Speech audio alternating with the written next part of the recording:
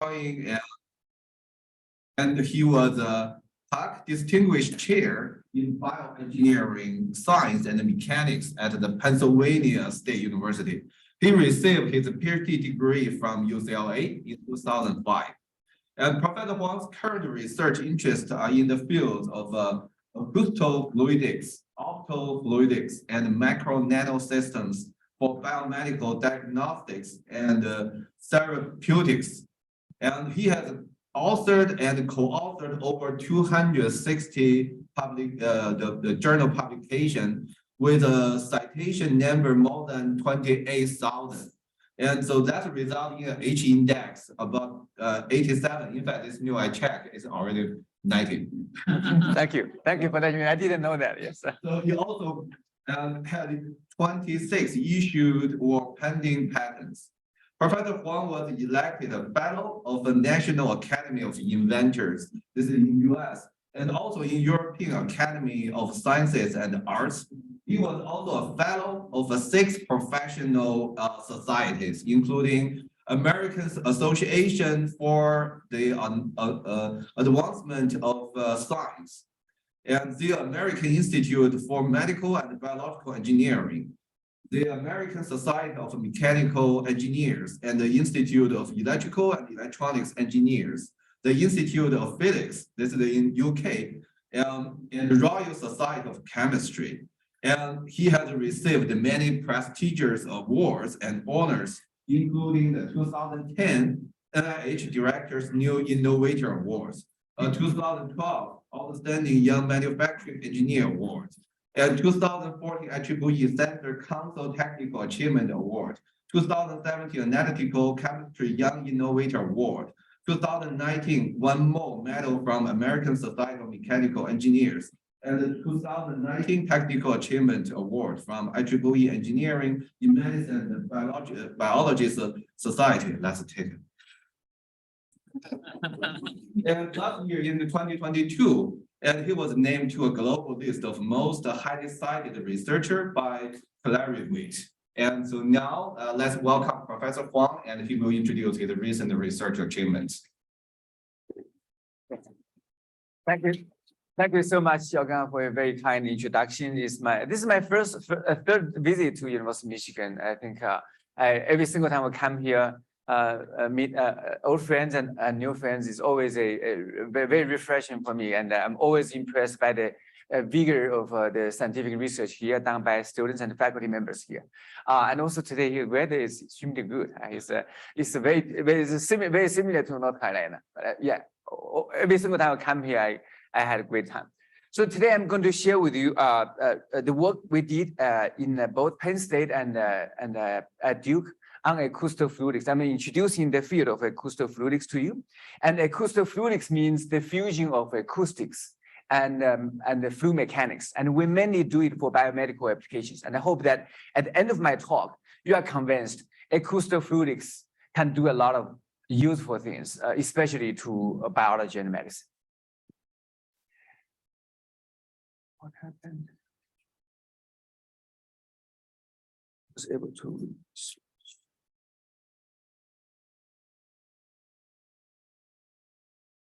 Oh yeah. So can we get rid of this? Yeah. So when I was a college student, I was a big soccer fan. In China, we call soccer football. That's where you actually really use your feet, right? And after I come to the US, I realized football means totally different things. But I was a big soccer fan, and my favorite soccer team was Brazilian national team, and my favorite Brazilian player, his name is Roberto Carlos, and he's extremely good in doing curved banded free kick. So now I'm going to show you a banded free kick he did in a match between a Brazilian national team and a French national team.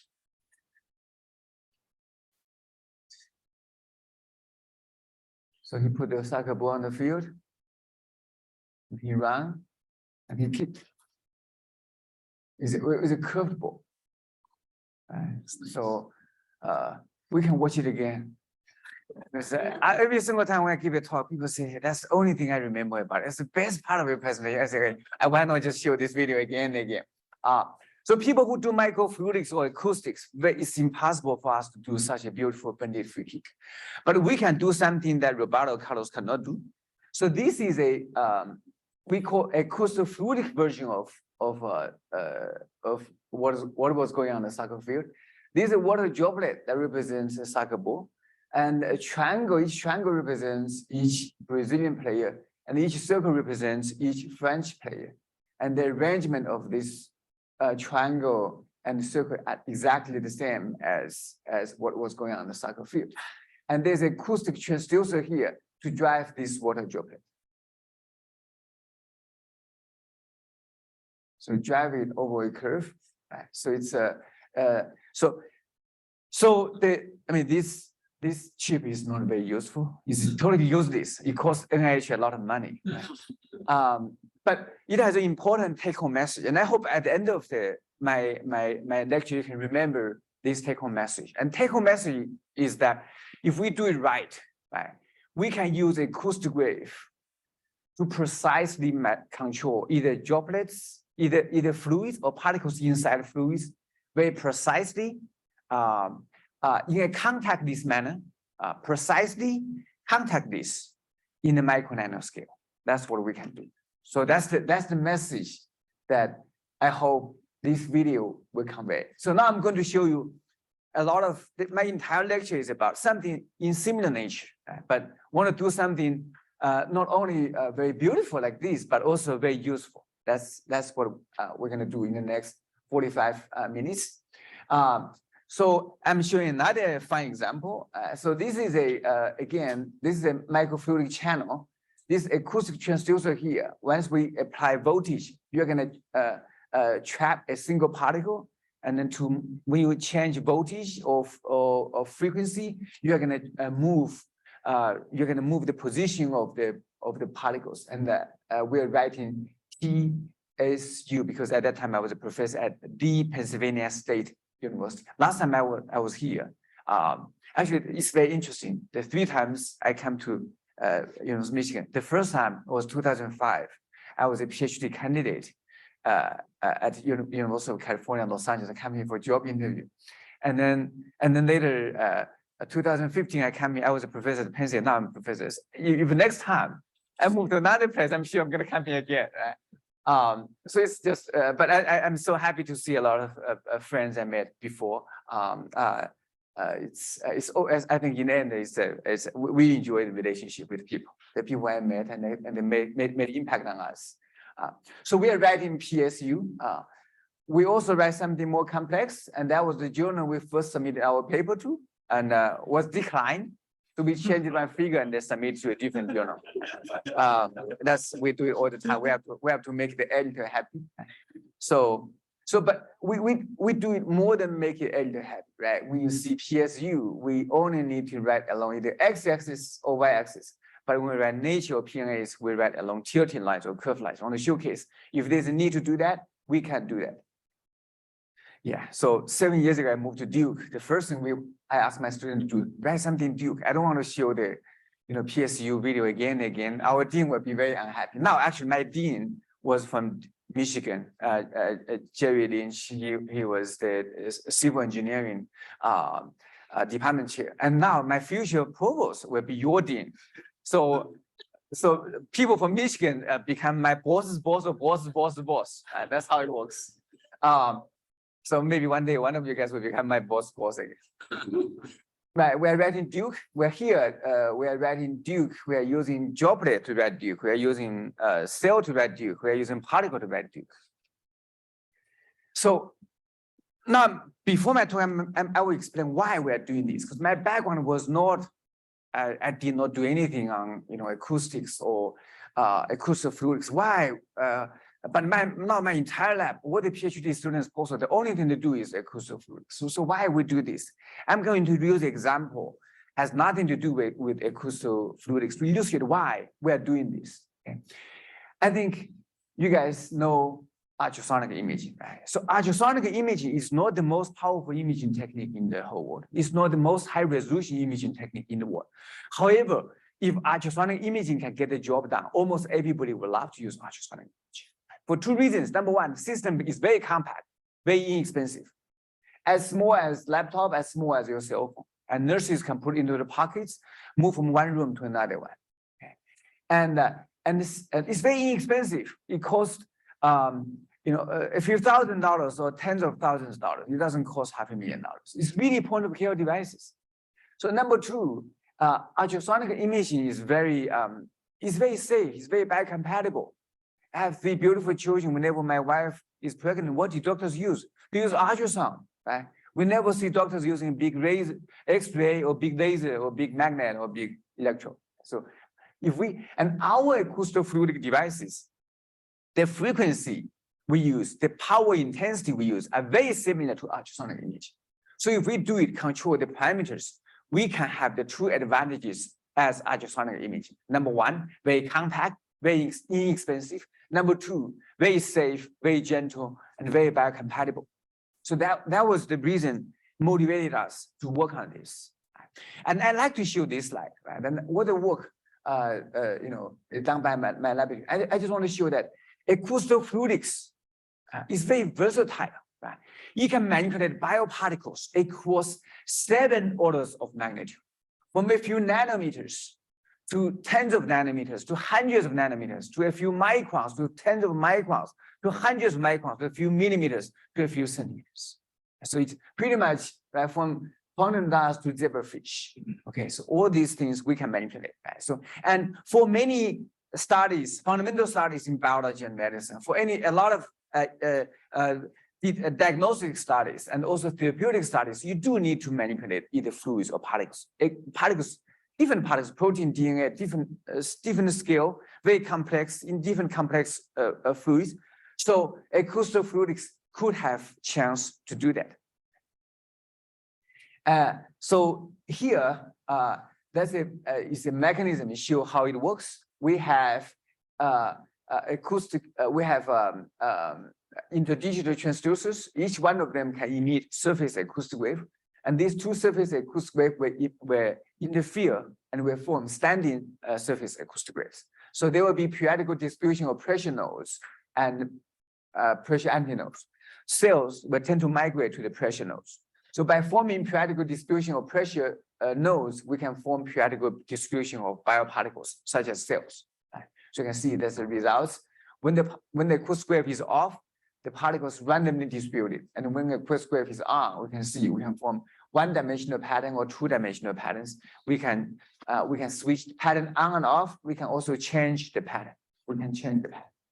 Right? So this one is patterning of fluorescent beads. This one we pattern biological cells, pattern bovine red blood cells, E. coli cells.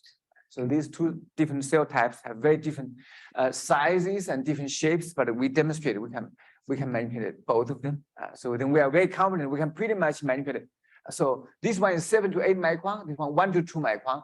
This one is spherical shape, and this one is elongated shape. So by demonstrating we can do these 2, we are very confident we can manipulate almost all kinds of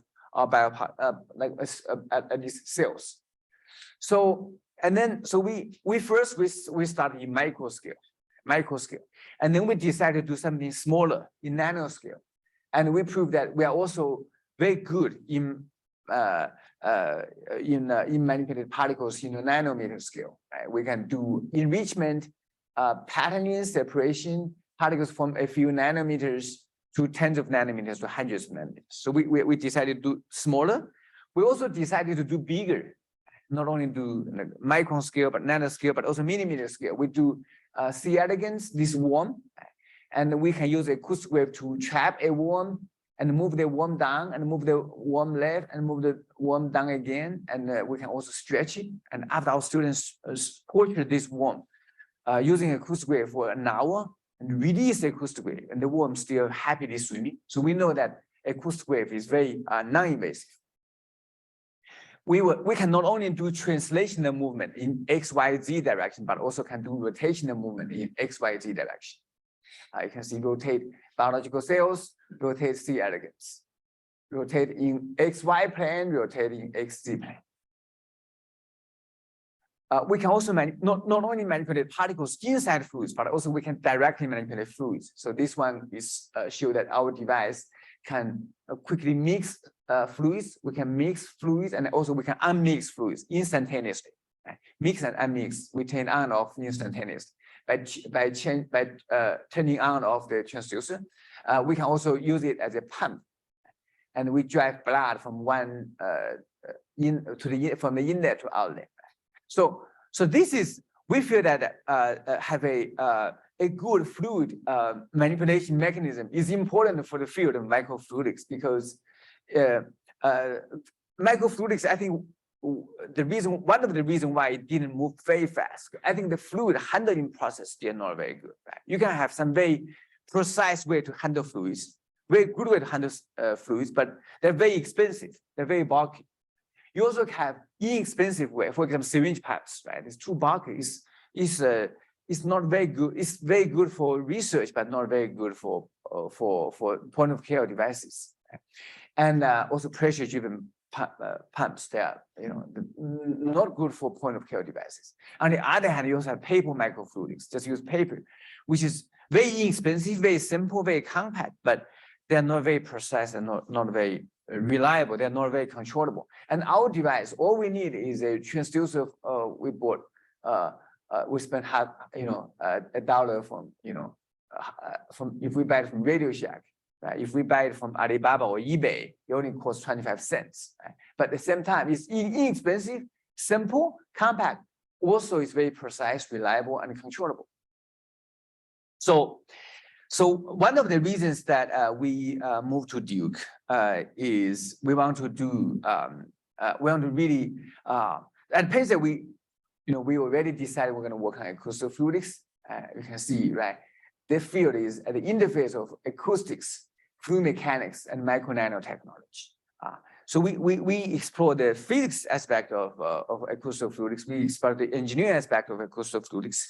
But a few years ago, I decided I want to do more biology. I want to really, use our technology and perfect our technology, optimize our technology so that people can benefit from this. It can really impact everyday's life. Right? It can impact, our parents, our friends, our relatives, and impact your parents, your friends, and your relatives. So we already actually, you can see that many different directions. We already applied to more than half of these directions. Some of them deeper, some of them less deep. So now I'm going to do is, so with this technology, I'm going to show you different kind of applications we have done to illustrate that acoustofluidics can be very powerful for the field of biology and medicine. The first, we are using acoustofluidics to isolate circulating biomarkers, such as circulating tumor cells and exosomes. So this, as you can tell from the name, circulating biomarkers are biomarkers circulate in your bloodstream or your other body fluids. So they can be very useful for biomarker for liquid biopsy. Right? Liquid biopsy is right. So for example, nowadays, if you want to diagnose cancer, what they do is they do biopsy. They cut it. If somebody suspect a person has liver cancer, they cut a piece of liver and they take a look at the microscope. That's biopsy. They cut it. Right? And liquid biopsy, you don't need this virtual biopsy. You don't need to go through this process. What you need to do is take some liquid from you. Right? Draw a tube of blood, get some of your saliva, get some of your urine, right? And then,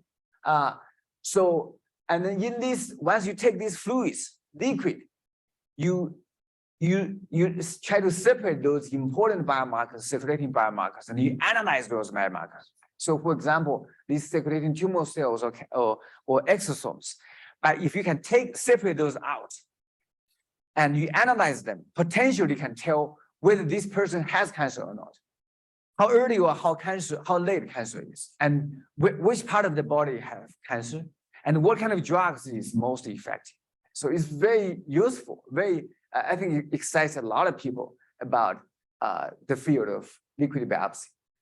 However, those circulating biomarkers are very complex and they have very different properties. For example, circulating tumor cells versus exosomes. Exosomes are many times smaller. The circulating tumor cells is about 20 microns. Exosomes 30 to 150 nanometers, right? And those circulating tumor cells are very, very rare. You only get 0 to 100 out of 1 milliliter blood. So concentration, so it's very rare, and exosomes are very abundant. And the challenge, so because they're so rare, they're difficult to separate. But exosomes, they're more abundant, but they're very small, 30 to 150 nanometers. So, and we proved that in one technology, we can separate both circulating biomarkers with very different sizes, with very different shapes, with very different properties. Here, I'm going to introduce the mechanism.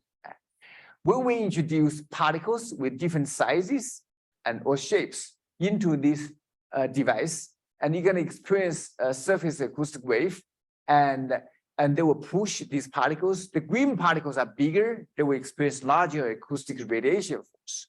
So they will move faster to the middle of the channel. And the red particles are smaller, they will move slowly to the middle of the channel. So because the speed is different, they can be separated into different outlets. And this one is demonstration of separating particle separation. And then we separate cancer cells because they tend to have different sizes, different shapes, or from other blood cells. We prove that we can separate it.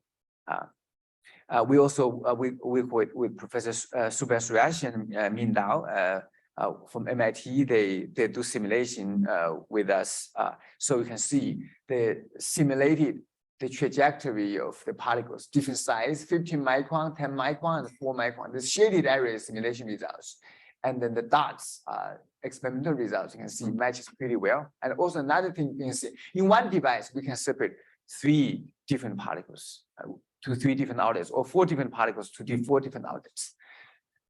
And so the was previously we were doing cancer cell lines, and then we use real circulating tumor cells from cancer patient blood sample.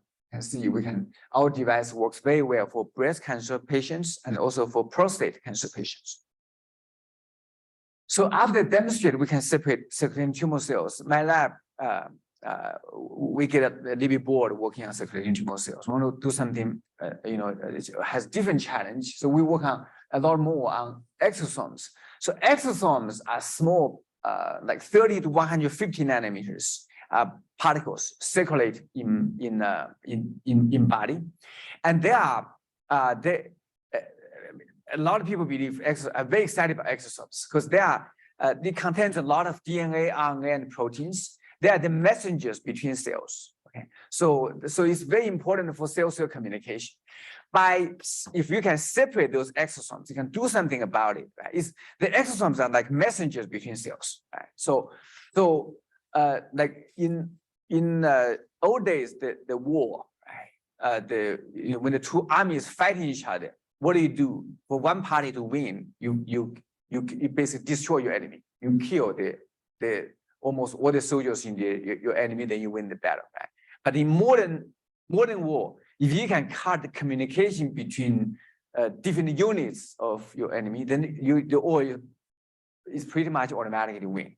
If you are so here now, if you want to conquer cancer or other disease, if you can take out these messengers between cells and you can do something about these messages, right? So then you can potentially is another way to conquer cancer. So that's why exosomes, people are very excited about it, right? And we are proving that we can separate these exosomes. Our device has 2 units. The first unit, we separate particles, the big particles above 1 micron, red blood cells, white blood cells, platelets. And the second unit, we separate, and then we filter all the particles larger than 1 micron.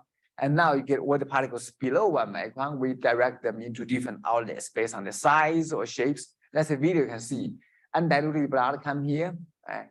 And now the bigger particles got pushed upward and then to the top outlet. and now you get particles below 1 micron. They got different other outlets based on the size and shapes.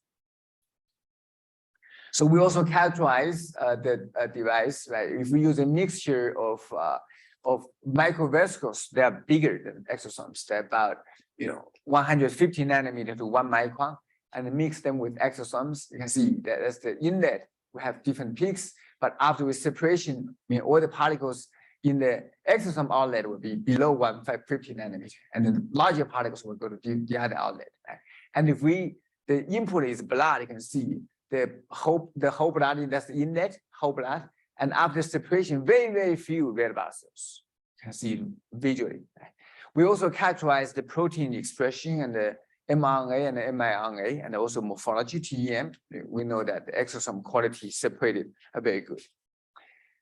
So, that was the separation of exosomes from blood. We also proved that it works also for other biofluids, saliva and urine.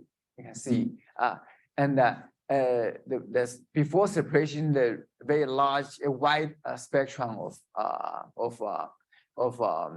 wide spectrum of particle size. But after separation, all the particles below 180 nanometers.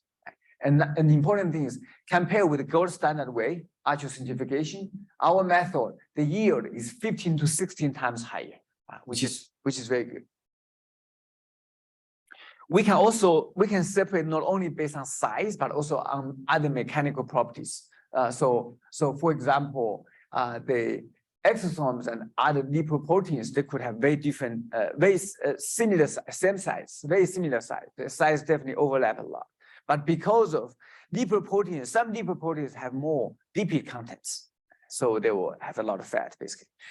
Then the density is different, and then acoustic contrast factor is different. So we can separate based on that, which is showing our results. We also developed technology called Acoustofluidic centrifuge. So this device, you can see we can use interdigital transducer to drive it and to rotate it, and rotate very fast, like centrifuge. So then the particles, the bigger particles, smaller particles, they will go to, we can get them into different droplets. The green particles are smaller, 28 nanometer, the red particles are bigger. And we use this to separate different types of exosomes. The exomeres, which is smaller than 50 nanometer, exo small is 60 to 80 nanometer, and exo large is 90 to 120 nanometers. So we can separate not only exosomes, but also different subgroups of exosomes. And we can do more. Very recently, using similar technology, I'm not showing it here, we can separate COVID-19 virus, SARS-CoV-2 virus. So compare our acoustofluidic exosome separation technology with the gold standard way, ultracentrifugation. So nowadays, 56% of the papers published on exosomes are using ultracentrifugation. And we think our device is much better version of ultracentrifugation. It's more better automation. We make it more producible, have a shorter processing time, reduced from 8 hours to 10 minutes, and also significantly increase the yield and purity. And most importantly, because each particle only experiences acoustic wave for a second instead of 8 hours. And also acoustic wave naturally has better, is gentle. So we think our device has a better biocompatibility, better ability to preserve the integrity of the sample we are processing. So that's the first example. And the second example is investigate cell-cell communication using acoustofluidics. Cell-cell communication is very important, to many fields in biology and medicine. But now there are not too many good ways to control the cell environment. So, and we are using Acoustic to do it. So this example shows we can precisely control cell-cell distance. See, we can control the distance from 50 micron to 30 micron to 25 micron to 50 micron to 10 micron to 3 micron to 0 micron when they contact with each other. You can see from here, when they are in contact with each other, the dyes are transferred from one cell to another one, cell A to cell B. But when we hold them 3 microns apart, the dyes are not transferred. There will be no dye transfer between the two cells.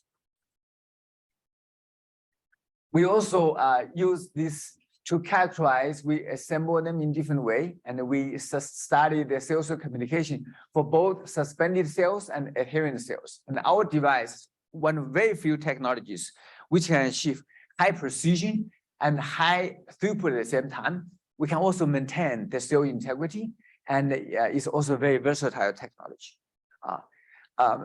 Very recently, which is last year, our very smart student, we demonstrated a technology we call harmonic acoustics for non-contact dynamic selective. We call acronym HANDS. I really like these HANDS, the acronym, because acoustic is like an invisible hands, virtual hands, right? But we can grab things in a small scale. So we can do reconfigurable, particle pattern. We can do one-dimensional pattern, two-dimensional pattern, three-dimensional pattern. We can change the pattern. We can rotate it. We can align them. We can form an array of particles or cells. We can bring cells together and separate them. And we can do selective manipulation. If you assume you have 1,000 cells, we only want to manipulate this particular cell without touching the other cells. So we can do all this. Now I'm going to show you some of the results. You can see we can generate this monolayer crystal and with prescribed organization, prescribed particle number, 3, 4, 6, 7, 8, 9, 10, 12, 14, to 24. We can dictate how these particles are organized. Again, we call it virtual hands, because nothing is touching the cells. We get all this without doing any chemical modification, without having any trapping. Just all we have is they are sensing some invisible force, like acoustic force. They are pushing it, to the configuration we want. Right? So here, for example, we can show that we can have a large array of particles in a contactless manner. We can bring them together. We can separate them. We can do it in a very large array, large high throughput pairing and the separation of single particles using hands. We can also do it with the cells. This is you can see the cells behave a little bit different because they adhere a little bit to each other. We can first, now it's X direction. We bring them together and we separate them. And now Y direction, we bring them together and we separate them. We can do it whatever programmable manner, whatever way we want to do it. So it's really a highly programmable and a high throughput manner way. Right? And here we also show that you can see we are only interested in these two cells. We want to bring these two cells together and then separate them without touching other cells. And we can do that. Right? So that's really a very good versatile hands technology. We are grabbing them using acoustic wave in a non-contact manner, a biocompatible manner, a precise manner. So by doing them, pairing them in X direction or Y direction, we can use it to study cell-cell adhesion studies. So the third application is tissue engineering. We want to build, we can do tunable cell patterning. As I said, we can form a pattern. We can turn the pattern on or off. We can also tune the pattern. We can change the distance between each period. We can do pattern translation. We move the entire pattern from place A to place B. We can do pattern transformation. We can do pattern transformation. align them in different way. We can do pattern rotation. We rotate the pattern. We can also do pattern immersion. If we have 6 dots and then we change it so that it go to 3 different dots. We can also do 3D bioprinting. And this is our first generation technique. We call at that time our 3D bioprinting. We pick a cell and we place it. We pick another cell and we place to another. And we call it 3D AP, which stands for 3-dimensional acoustic tweezers. So and then we work on our second generation device, which is called we call it Acoustofluidic holography for high-speed, high-resolution, large-scale cell patterning. We combine acoustic holography and the fluid motion, and we can prescribe arbitrary large scale up to 10 centimeter level cell patterning. At the same time, we achieve very high resolution. So you can see here that we can with our speed is fast, right? Compared with the previous one. Previous one you do it cell by cell, and this one you do it a lot faster. We are forming Duke. We also develop a technology called digital acoustofluidics. We do it for automated liquid handling. Automated liquid handling, those now people using robots, right? But it has some advantages. And our technology, we enables programmable, rewritable, contactless liquid handling. And here the mechanism is we have in the digital transducer we can generate acoustic wave, and you will establish the hydrodynamic traps on the surface. So by turning the voltage on and off, we can change the position of the hydrodynamic traps, and we can manipulate the droplet. So we are writing Duke. We also we can do droplet merging, droplet splitting. We also do programmable cascade reaction. So for example, in the beginning, we have 4 droplets, and we can merge the 2 left droplets together, and then we move 2 right droplets together, and we move all the droplets together. We do it again in a programmable manner. And I just want to say that, our device, we started in microfluidics, right? So my background was microfluidics, but the acoustofluidics can be beyond the microfluidics. We don't have to handle small amount of fluids. We can handle a lot of fluids. So for example, I'm here going to use 2 examples. Number one, we can do transfusion. So transfusion, so the reason why we work on this project, because after our work is published, a lot of people approached us, okay?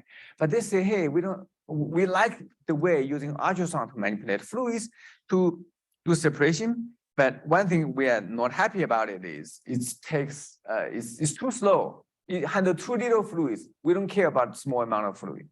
And we want to process a lot of fluids, because for transfusion, you want to process a lot of fluids very, very quickly. And we prove we can do very high throughput, 20 milliliter blood per minute. You can see the whole blood can be right. When the acoustic wave is off, whole blood can come out from here. But once we turn it on, white blood cells and red blood cells goes to one outlet, and platelets go to another outlet. And you can see this whole blood, and after collect this sample, here is very few red blood cells, and this is sample in mostly red blood cells and white blood cells, but after separation, most of them are platelets. And we compare our platelet collection efficiency. Our device compares pretty favorably over the other commercial technology. We also prove that our technology is significantly better than conventional approach on preserving the platelet integrity in terms of the platelet activation, morphology score, and the platelet aggregation, and the membrane integrity. All these parameters, our device performs better. So we can also do acoustofluidics, we call it rotational art, tweezing art system for zebrafish. Right? There's a fish We can rotate it three-dimensionally, and we can we can get three-dimensional images only using a cell phone or use a very conventional regular microscope. We can look at different part of organs of zebrafish. So yeah, most of our technology we're doing we use it for manipulation, but we can do it beyond manipulation. For example, we can use it to do nanoparticle synthesis. Okay. You can see the particle synthesized by our method is a lot more uniform than the traditional methods. We also use it for sonoporation, and we deliver genes to stem cells and progenitor cells. So Acoustofluidics is powerful, but Acoustofluidics can be more powerful if we combine Acoustofluidics with other platforms. And I'm showing that if we combine Acoustofluidics, with other existing platforms such as Petri dish, multi-well plates, microscope, all those already very popular tools, and we can make those tools more powerful at the same time make Acoustofluidics more powerful.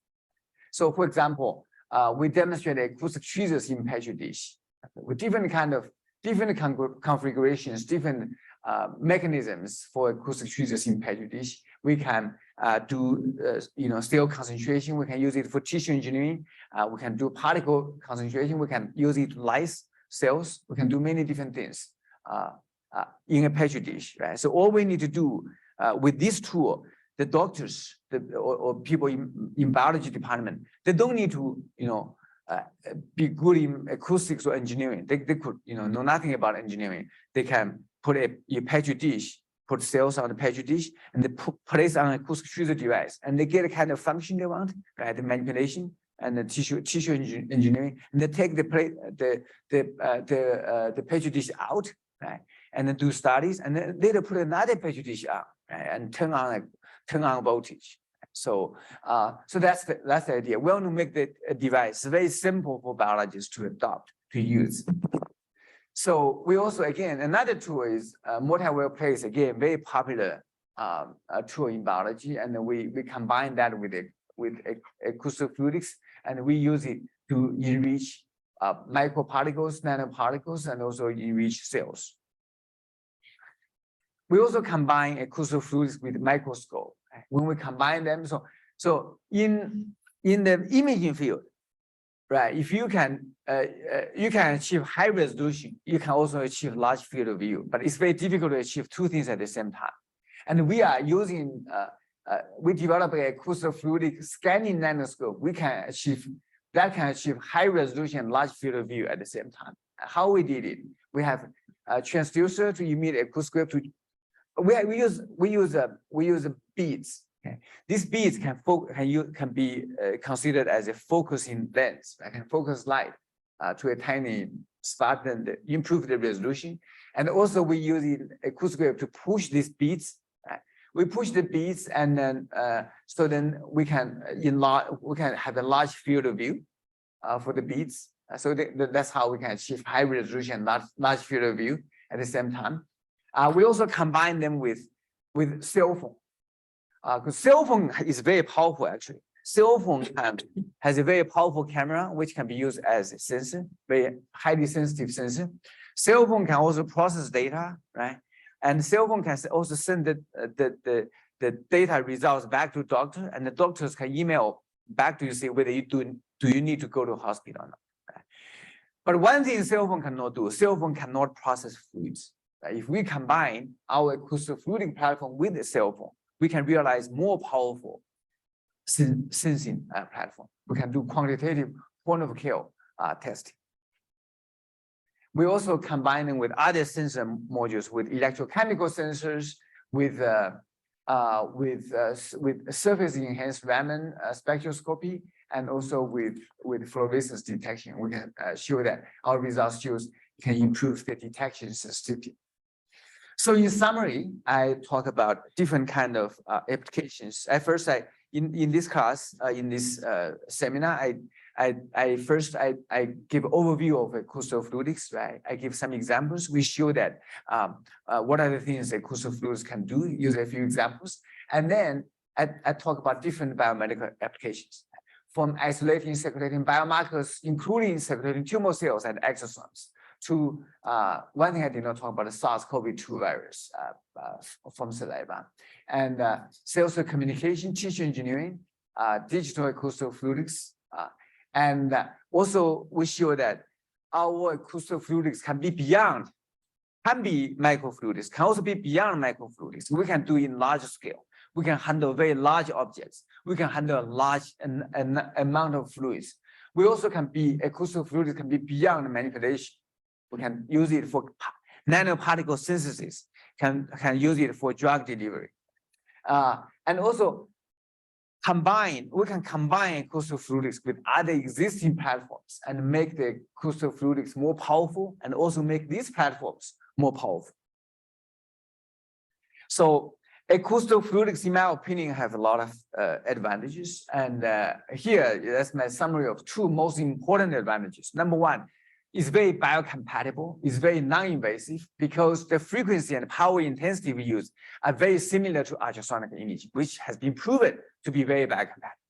And our device also, the power intensity is 10 million times smaller than that of optical tweezers. So if we do it right, we'll have, it will be very biocompatible.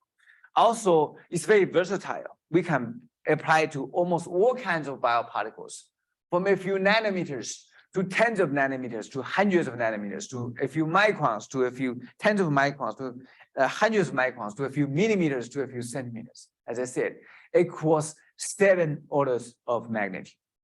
And it almost works in almost any medium without restriction, from aqueous solution to organic solution, to blood, to saliva, to urine, to sputum, even sputum.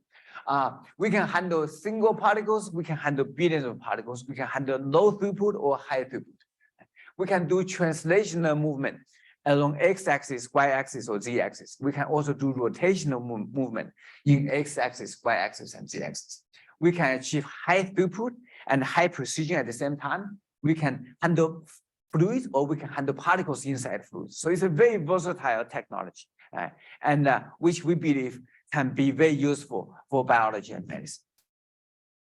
And I have to disclose this. I have co-founded a company, although the company is not doing very well.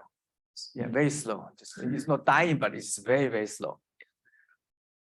Again, I want to thank my students and postdocs from both Penn State and the Duke. One thing I'm just very proud, and I have at this point of my career, I have 24 former students and postdocs who become professors, and some of them in the US, some of them in Europe, some of them in a lot of them also in China. So I think I had very, very talented students.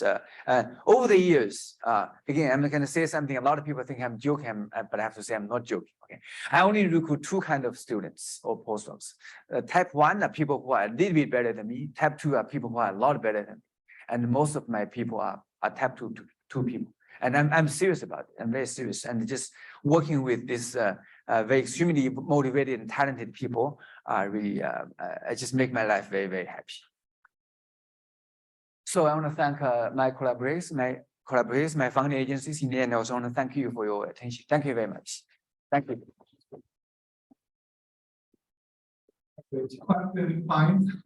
Questions?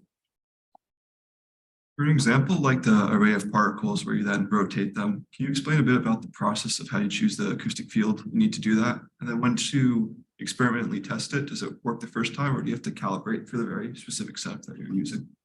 So for the rotation? Sure, yeah, just as one example. Yeah, for the rotation, how do we typically, we always need to, we first, I think for all the particle manipulation we do, in the end of the day, is you have a acoustic field, you have a fluid field. You also have particles. You have to consider all these, how they interact. We always like to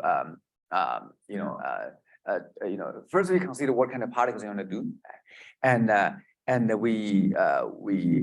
are certain frequencies we are very comfortable with, and we have a lot of experience, and we tend to our students have a feel of what kind of channel size to choose, what kind of frequency, because we have doing this for many years. Just like when you cook a Chinese meal, right? You don't have like to, you know, 1 cup. We just the cook just grab something. He kind of knows how much to put, right? I think doing experiments, some they just naturally have a feel about this. But we also would do simulation. We do computational fluid mechanics, CFD simulation. My background was CFD, and later we do acoustics simulation using comps. So those has been very helpful. But I just say for all this experimental design, intuition plays probably more important role than computation. Right? Thank you. Yeah. Beautiful talk. In the part where we talk about the hands that you showed, yes. those beautiful crystals, right? The Yeah. colloidal crystals defects are a big problem because they can really change all the backing and all the different. Yes. Yeah. How do you control defects on your system and overall? Yeah, I mean, if we are doing in a large array, right? When we do a large array, there will be defects, right? There will be. It's not like large array, every spot you only have 24 particles. If you want to have 24, there will be some defects. But if we have a form large array, we want to make sure most of the arrays have something very similar. Right? Yeah. Thank you. So there are 2 questions from the Zoom audience. So one is from Korash Kalaya, and he says, thanks for the great talk and the impressive work. And sorry if I missed it, all of your visualization were based on optical microscopy. Can this manipulation be imaged with ultrasound? Oh yeah, I mean, it could be, but I think using optics to image it is the gold standard. Right? It's something is an easy way to do it. And especially now we are going more and more nano. It will be very difficult to image using ultrasound. Optics is better in that aspect. Yeah. So also the same question from the same person. Also, what is the tagging mechanism and what is the size? How you calibrate your ultrasound based on size or other tagging mechanisms? Can you elaborate how you pick the US parameters? Oh. I don't know what's the So we do not need to do any tagging. Yeah, that's the beauty of it. This is a label-free contactless method. We do not need to do any tagging. For example, with exosomes, when we separate exosomes or any particles in blood, we don't need to do any processing on blood. And that's better than magnetic. You need to mix magnetic particles, antibody, you add a lot of stuff. Whenever you add stuff, you're going to introduce a lot of variables. Right? And we don't need any of that. So that's I think that's a significant advantage of Acoustofluidics. Great talk. Thank you. So my question is going to be more like the technology being used currently. So what is the bottleneck in current technologies to overcome for integration of this great science? Right. For advancement, like as you mentioned, one startup company, which is like not doing good, but not dying, but like what is the limit there? I would say, I think that limit. I feel that the fundamental problems we already solved. Okay, but I think in the end of the day, it comes to people. Right, we need to have the right people to do it. We need to have very devoted, talented people to do it. I think professors tend to typically are not the best person to do that kind of thing. So, yeah, I think that to be successful in a commercial world, it takes very different skill sets and I'm not that interested. I think I just feel that it's very difficult to do both. But I think I was trying to. For many years I hesitated to start a company. I tried to convince my students to start a company. Okay, but they refused. Everybody wanted to become professor. I say, okay, fine. I started a company myself. So a company is doing fine. I mean, but it's just much slowly than we expect. Just like I think it's like research, right? Any project, right? So if a student estimate I finish in 6 months, I said ×2. Okay, at least ×2. Okay, yeah. But I think commercial world is same. I think it's just we people from academia tend to. underestimate how much time is needed, right? If you like, because I was from MEMS, you look at all these pressure sensors, everything. The paper was published 20 years ago. It takes 20 years to have very nice commercial product. It probably has something I have to, some products quicker means takes 7 to 9 years. Okay, and hundreds of engineers work on very similar problem, right? So, and we don't have that much sources. So I wouldn't say, I think in that aspect, I should be pleased with this speed. Yeah. Yeah, but I'm just getting impatient. We can publish a paper in one year or like 6 months. Why? Because it takes so long to get a product out. Right? Yeah. Thank you. Yeah. Thank you for the brief presentation. I definitely feel you have a group of artists there. Meanwhile, the scientists. So my question would be, what would be your comments in terms of this precise manipulation of fluidics? Like comparing acoustofluidics versus like a digital microfluidics, like using this electrowetting or versus droplet microfluidics. Right. Like, what would be your comments, in terms of pros and cons, and especially throughput or precision? So there are like different. So for the electrowetting based, digital microfluidics, right? So they manipulate droplets. Yes, like you can. Yeah. We can do that as well. But we can also manipulate particles inside droplets that they will be difficult for them to do. Sure. Right. We can manipulate. They can manipulate fluids. We can manipulate fluids. We can also manipulate particles inside fluids. They cannot do it, right? And I think digital microfluidics, they can do the electrowetting. That so far they're very good with like DNA, but they do not do as well with proteins. They worry about anti-folding effect. Right? The proteins stick to the surface. The electrodes will become less effective. But ultrasound is we can penetrate pretty deep, so we don't need to worry about that part. Yeah. Because it's contactless, right? Yeah, it's contactless. Yes. Yes. But then in terms of throughput sense, the acoustofluid is much lower throughput compared to them, right? Because it seems in order, like when I saw your images, you need an IDT to have even a single trap or to do this. So that's a particular design, right? But that's a particular design. But for different designs, I mean, we have designs as I showed, can process 20 milliliter blood per minute. 20 milliliter, not my, But would be possible to handle like a 2,000 or 200,000 droplets simultaneously. The single droplets, I would say a few thousand is very possible. Yeah, hundreds of thousands, I think is also you have to use electrowetting also. In the end, it's an engineering problem. Okay. It's not a physics problem. But an engineering problem are all very addressable. Okay. Yes. Yes. Great talk. Yeah, thank you. One question that I have is when you're moving this as droplets, yes, you have a good control of the